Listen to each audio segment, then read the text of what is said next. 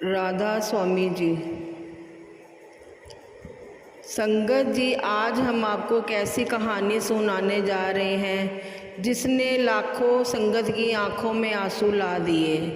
जी हाँ, इस कहानी में हम जानेंगे कि ऐसे बच्चे की कहानी जो रेलवे स्टेशन पर अपनी माँ से बिछड़ गया था, लेकिन अचानक वहाँ बाबा जी अपने सेवादारों के साथ पहुँच जाते हैं। फिर क्या होता है ये आपको ज़रूर सुनना चाहिए, क्योंकि बाबा जी और एक छोटे बच्चे के बेवजह का संवाद आप पहली बार सुनने जा रहे हैं। गुरु बच्चों से कैसे बात करते हैं, आइए जानते हैं। संगत जी, आगे बढ़ने से पहले मेरी आपसे एक छोटी सी विनती है कि इस वीडियो को शुरू करने से पहले आप कमेंट बॉक्स में राधा स्वामी ज़रूर लिखें और अपने शहर का नाम भी साझा करें। इससे हमें पता चलेगा कि हमारे कितने भाई बहन इस सत्संग का आनंद ले रहे हैं। आइए अब आगे बढ़ते हैं और बात करते हैं उत्तर प्रदेश के मथुरा जंक्शन की, जहाँ पर सुबह के समय था। सूरज की किरणें प्लेटफार्म पर बिखर रही थी और चारों ओर यात्रियों की भीड़,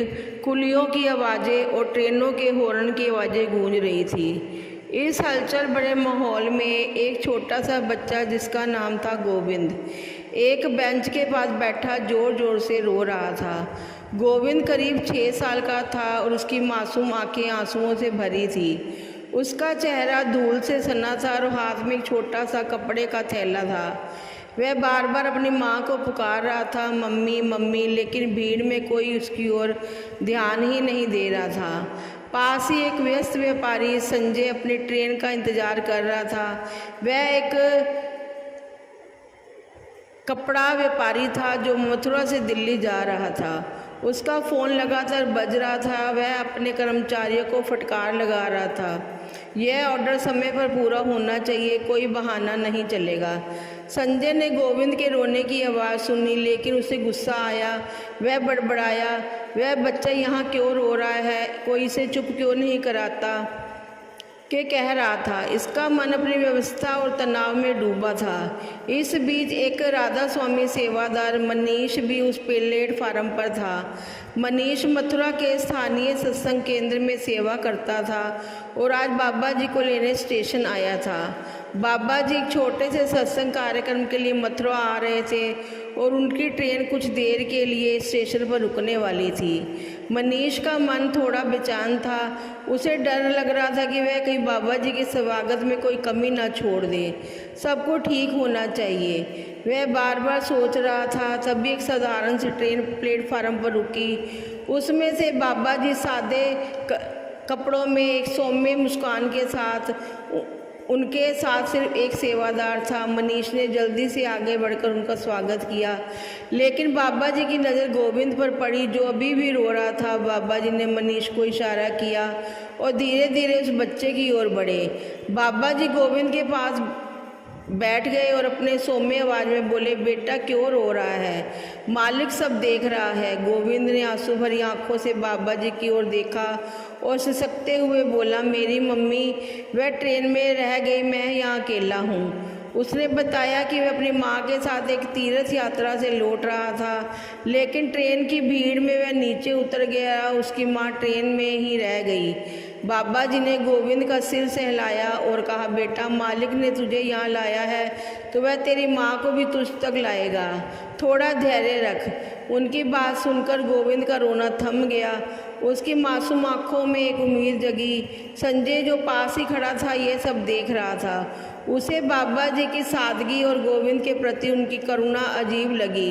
वह बड़बड़ाया, ये बूढ़ा आदमी क्या कर लेगा, बच्चा खो गया है और शांति की बात कर रहा है। वह आगे आया और तंज कसते हुए बोला, बाबा आप जैसे लोग सिर्फ बातें करते हैं, इस बच्चे को पुलिस के पास ले जाना चाहिए, ना कि यहाँ बैठकर मालिक मालिक जपना चाहिए। बाबा जी ने संजय की ओर देखा और मुस्कुराकर कहा, बेटा मालिक का नाम सिर्फ जपना नहीं बल्कि विश्वास है, तू भी अपने मन को थोड़ा शांत कर, यह बच्चा मालिक की गोद में है। संजय को उनकी बात बेकार लगी, लेकिन कहीं ना कहीं उसका मन बेचैन था। वह सोचने लगा, मैं दिन रात भाग रहा हूँ लेकिन मेरे मन में शांति क्यों नहीं।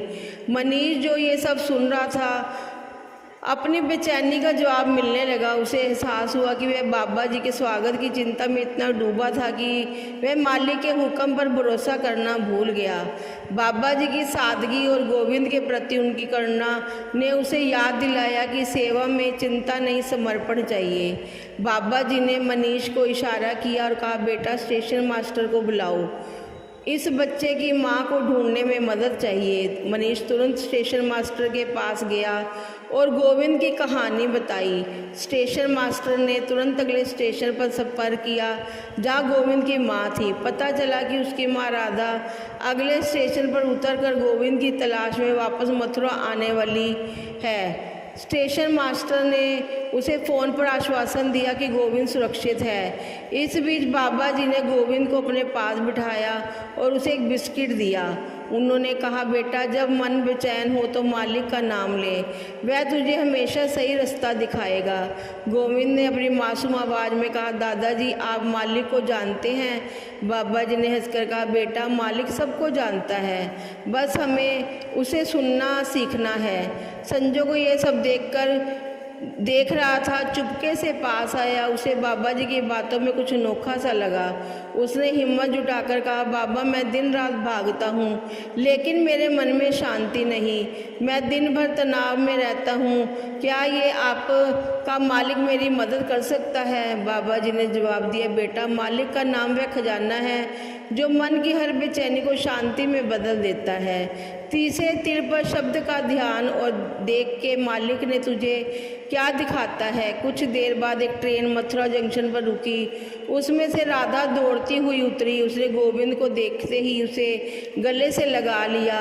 उसकी आंखों में आंसू थे और वह बार बार बाबा जी को धन्यवाद दे रही थी। उसने बताया कि वह तीर्थ यात्रा से लौट रही थी और भीड़ में गोविंद उससे बिछड़ गया। मालिक ने मेरे बच्चे को आपके पास भेजा, उसने रोते हुए कहा। राधा और गोविंद के मिलन ने स्टेशन पर एक रूहानी माहौल बना दिया।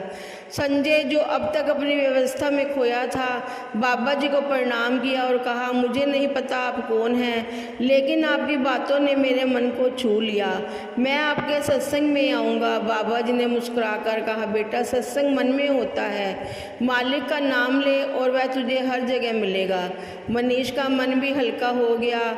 उसे एहसास हुआ कि बाबा जी की सेवा में चिंता करने से ज़्यादा जरूरी है मालिक पर भरोसा करना।